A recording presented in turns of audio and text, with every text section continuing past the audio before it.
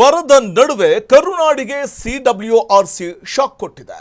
ಕರುನಾಡಿಗೆ ಮತ್ತೆ ಕಾವೇರಿ ಸಂಕಷ್ಟಗಳು ತಲೆದೋರ್ತಾ ಇದೆ. ಮೇಕೆದಾಟು ರಿಲೀಫ್ ಬೆನ್ನಲ್ಲೇ ಮತ್ತೆ ಆಘಾತ.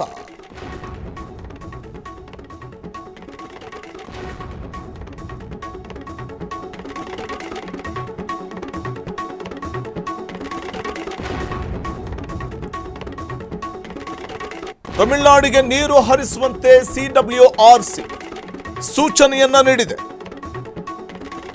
ಕೆಆರ್ಎಸ್ನಿಂದ 4 ಟಿಎಂಸಿ ನೀರು ಹರಿಸಿ ಅನ್ನುವಂಥ ಮಹತ್ವದ ಆದೇಶವನ್ನ ಸಿಡಬ್ಲ್ಯೂಆರ್ಸಿ ಕೊಟ್ಟಿದೆ.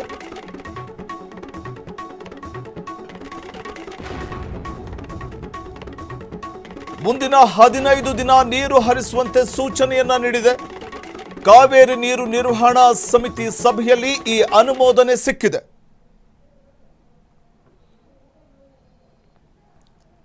ಮೇಕೆದಾಟು ರಿಲೀಫ್ ಬೆನ್ನಲ್ಲೇ ಮತ್ತೆ ಆಘಾತ ಎದುರಾಗಿರುವಂಥದ್ದು. ಕಾವೇರಿ ನದಿ ನೀರನ್ನು, ಅದರಲ್ಲೂ 4 ಟಿಎಂಸಿ ನೀರನ್ನು ಹರಿಯಬಿಡುವಂತೆ ಸಿಡಬ್ಲ್ಯೂಆರ್ಸಿ ರಾಜ್ಯಕ್ಕೆ ಸೂಚನೆಯನ್ನು ಕೊಟ್ಟಿದೆ.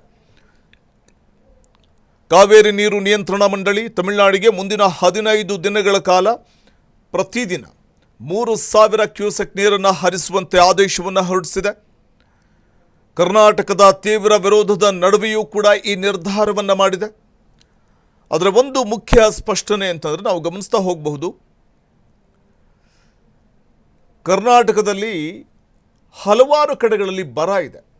ಕೆಆರ್ಎಸ್ ಡ್ಯಾಮ್ನ ಒಳಹರಿವಿನ ಪ್ರಮಾಣ ಸಂಪೂರ್ಣ ಕಮ್ಮಿಯಾಗಿದ್ದು ಕೆಆರ್ಎಸ್ ಒಡಲು ಬರಿದಾಗ್ತಾ ಇದೆ.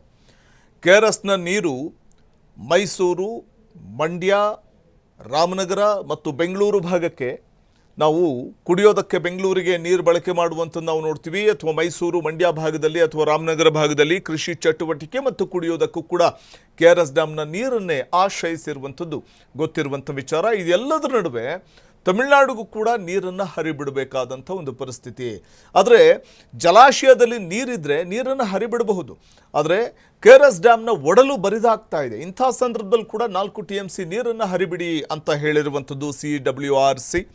ಸೊ ಇದು ನಿಜಕ್ಕೂ ಒಂದು ರೀತಿಯಲ್ಲಿ ನುಂಗಲಾರದ ಬಿಸಿ ತುಪ್ಪ ರಾಜ್ಯಕ್ಕೆ.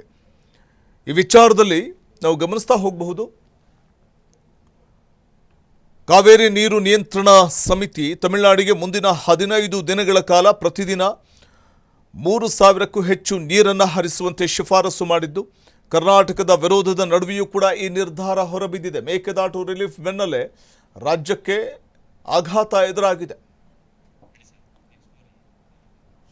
ಸಿಡಬ್ಲ್ಯೂಆರ್ಸಿ ಕೊಟ್ಟಂಥ ಈ ಒಂದು ಅನುಮೋದನೆ ಇದೆಯಲ್ಲ, ಅಥವಾ ಒಂದು ಆದೇಶ ಇದೆಯಲ್ಲ, ಇದು ನಿಜಕ್ಕೂ ಯಾವ ರೀತಿ ಕರ್ನಾಟಕ ಇದನ್ನು ಹ್ಯಾಂಡಲ್ ಮಾಡುತ್ತೆ, ಟ್ಯಾಕಲ್ ಮಾಡುತ್ತೆ ಕರ್ನಾಟಕ ಸರ್ಕಾರ ಅನ್ನುವಂಥದ್ದನ್ನು ಕಾದು ನೋಡಬೇಕು. ನಮ್ಮಲ್ಲೇ ನೀರಿಲ್ಲ, ಸೊ ಹೀಗಿರುವಾಗ ನೀರು ಹರಿಸಿ ಅನ್ನುವಂಥದ್ದು ನಿಜಕ್ಕೂ ಇದೊಂದು ರೀತಿ ದಿಗಿಲನ್ನು, ಅದರಲ್ಲೂ ಅಡಕತ್ತರಿಗೆ ಸಿಕ್ಕಾಕೊಂಡಂಥ ಒಂದು ಪರಿಸ್ಥಿತಿ ರಾಜ್ಯ ಸರ್ಕಾರದ್ದು.